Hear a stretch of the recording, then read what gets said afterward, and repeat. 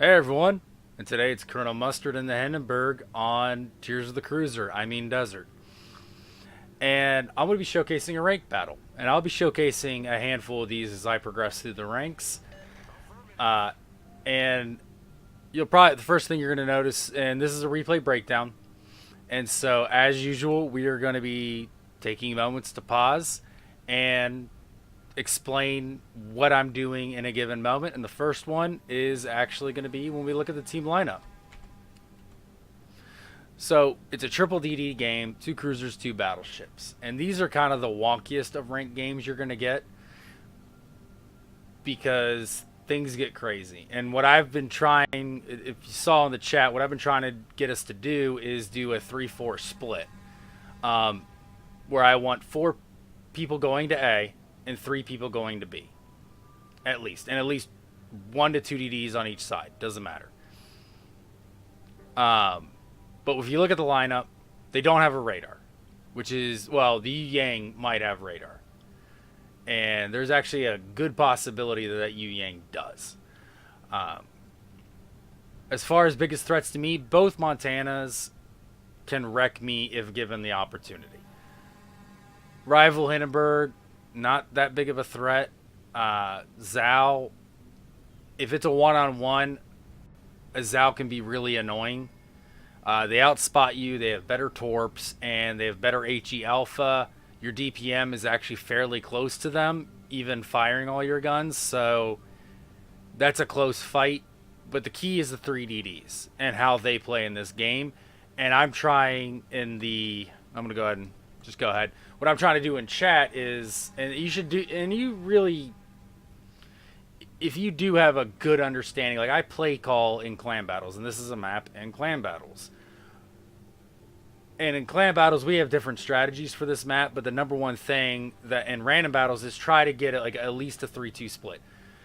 Especially, doesn't matter which, and I'll even say in chat soon, whatever side they're weak on, we push. That's why you do a 3-4 split. If they're weak on one side, you push that side. The other side delays. And you pivot the map around to get you in your favor. Ideally, they're weak at A, because that will give us the strongest pivot. But my plan of action is going to change drastically this game, and I'm going to mindfuck some of the enemy teams so hard I wish I wore a condom. I promise. I can't promise, but that should be the only cuss word I use this thing.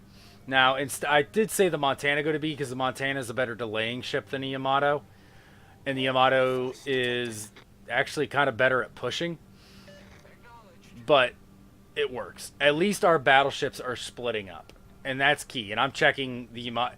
The number one, one of the things I haven't talked about much, and that's because it's not as useful in random battles in my replays, is I kind of subconsciously set keys in my mind. I'm keying that Montana position. I am going to be subconsciously or consciously aware of where that Montana is at all times. And I'm actually debating on popping my spotter aircraft here, but I decided against it because I really don't want to blow my position.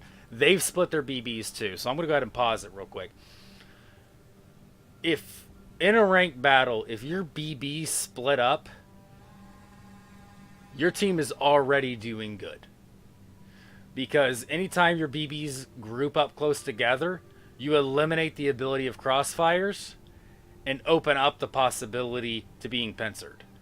If your battleships can split up, and both sides have done this. Now, thankfully, our Gearing and Kaba have taken out the Shema. That's good news. Now, you'll also notice that C5, I'll just go ahead and boop right here. That is a beautiful torpedo lane. The issue is the Gearing is actually, looks like he's about to turn up to do it, but the Cobb is crossing him. He can't torp now. The Cobb should be stretching the flank, but that's the conversation for another day. So right now, I'm a little concerned about this Montana. I know I'm going to need the Yamato to potentially help me, so I'm kind of preemptively widening my ship, getting a neutral rudder, and if I get spot surprise, I need to turn out. But then something beautiful happened. No, not beautiful, but surprising happens. Their gearing, and I would like to pause it, but their gearing is making a really aggressive push toward A. Now, this actually isn't a dumb play in this situation. He just did it too soon. He needed me and the Yamato to vacate, essentially, before he could actually do this. So the first thing I do is I pop Hydro. And I need to reroute. I can't help the Shimikaze anymore. And I think I should have even did the... I do throw some shots to try to deter the Yu Yang from pushing. But my goal is to keep this Yamato from getting killed and to kill the gearing. That is my objective right now. So I got the gearing respotted with my Hydro, which should lock him behind the island for the time being.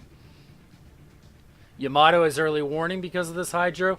What I want to do is I want to get on the west side of B, because that is the most likely area that he's going to try to vacate. He's going to try to back up and retreat.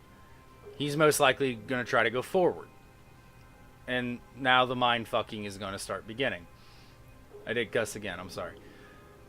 Our Shim is kind of out on a limb here. He's on his own. He pushed up way too aggressively, but he still can make this work. He just needs to get away from the Yu Yang. But let's focus on me, because it is my replay.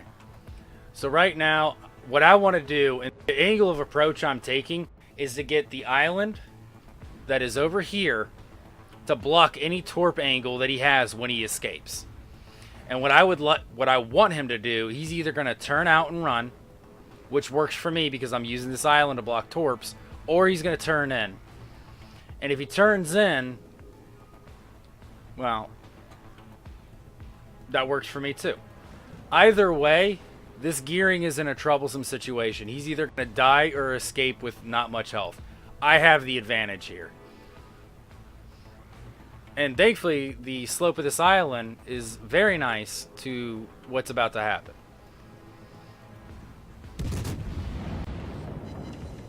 Now, if I was a Zhao, that would have been like an 8K shot, but whatever. So here, all right, boom. I just got undetected. And that's crucial. He thinks that I am heading straight in the direction I'm currently heading. If he is dropping torps, and my Hydro is about to go out, if he's dropping torps, they're going to be going along this angle. That's not what I want to do. Now that I'm undetected, I'm going to flip around. I know he would, and at this point, right here is when I know he's dedicating that side. I'm going to drop widespread. I almost never drop widespread, but what I want him to do is I don't want him moving forward. I want him to, and I know he, and the reason I'm doing a widespread for two reasons. One, I hope he sees it. I really do. Because what I don't want him chasing our Yamato. I want him to stop right here. And but he knows my Hydro's out. I've had him spotted forever. And now that he's not spotted, he knows my Hydro's gone. So if he's even remotely a decent player, he knows it's out. So he knows it's going to be safe to smoke. I want to stop him here and get him to smoke. That is my objective. So there he is. I'm going to shoot him to ensure that he does. And right now, I'm kind of waiting to get undetected before I dedicate to my next turn. Because right now, he might be shooting torps in my current trajectory. I'm going to angle out a bit so that I can make the turn quickly. Now I'm undetected. The ship is on fire. And here's where I switch to narrow spread. I see where he's shooting from. I know he wants to take the cap. If he backed up, he'd be in a better position. But by the time I work my way around, my Hydro's going to be back up. He's on borrowed time right now. So these torps might hit him. If not, I'm still setting myself up in a position to where I can still finish him off and retain control of B. That's exactly why I'm pushing in. I'm still keying both Montanas right now. I'm not presenting a good angle to either of them, and actually only one of them actually has shots on me. And I kill the gearing. Yay. He's dead. I don't have to worry about him anymore. Now there's a Zhao on my left who is currently spotting me. Either that or it's the Yu Yang. And yeah, the Zhao does have a line of sight. So now what I want to do is try to get a fire on this Montana. Because if he repairs it, if these torps are good, which they're not, but that's only one set. If the Shima's staggering his torp drops like people do in clan battles, if I get a fire and he repairs it, the Shima can get a permanent flooding. I don't have to deal with the Montana. And right now I'm preparing to deal with the enemy Montana. Because I'm worried that I might have to give him broadside. By deal with, I mean get myself in a position where I have plenty of room to maneuver to do what I need to do. I don't want to isolate myself. Now, I do drop these torps, and then as soon as I drop them, I realize, yeah, that's never going to hit him. That's never going to hit him. That was a silly torp drop. That's silly. That's silly. Now, at this point, I want to try to get him. I want to get his attention. I don't want him shooting our Yamato. I want his attention on me. I want you to focus me. I don't want you shooting the Yamato. Yamato's got enough on his hands. You with me.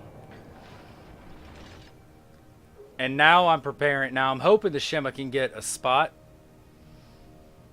so that I can anticipate my torp. Now, notice the angle of approach I'm taking. I'm going wide. And now I'm going to start. The reason I'm looking at that island is I want to make sure I have clearance to make this maneuver. So the first torp set I drop is early. And then I'm going to go back a bit. And the reason I do this is because the second I come around this corner, he's most likely going to cut speed. I could have used AP there, but honestly, if I can get a bunch of fires on him and make him repair. But this Montana, he's not an idiot. He knows that I probably just torped him. He slowed down, he anticipated. But he's still going to take 2. Now he's going to repair. But at this point, I could probably DPM him down. Now right there. The shot came in heavy right, so I turned a little right. Hindenburg has very good broadside armor, and I did take a lot of damage, but I didn't want him getting multiple citadels through my rear. So I turned out a bit for my broadside to deflect some of those shells, and that's why I made that maneuver. I saw it was heavy right, I wanted to deflect it. Shima does some very risque torps.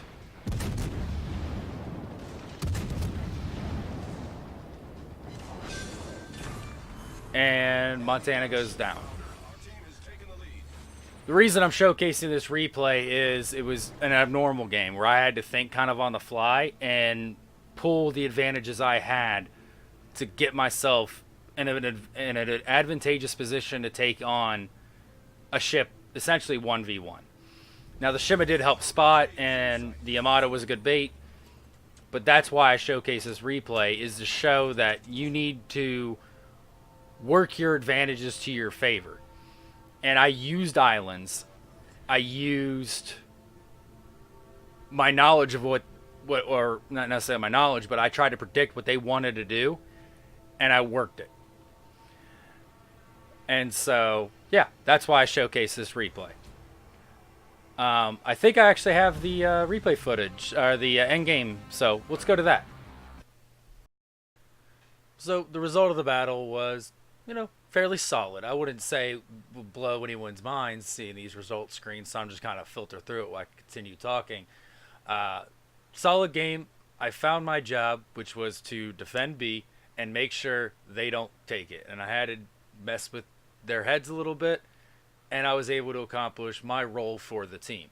Thankfully, my team was also pretty solid in fulfilling their roles. So it ended up being a victory.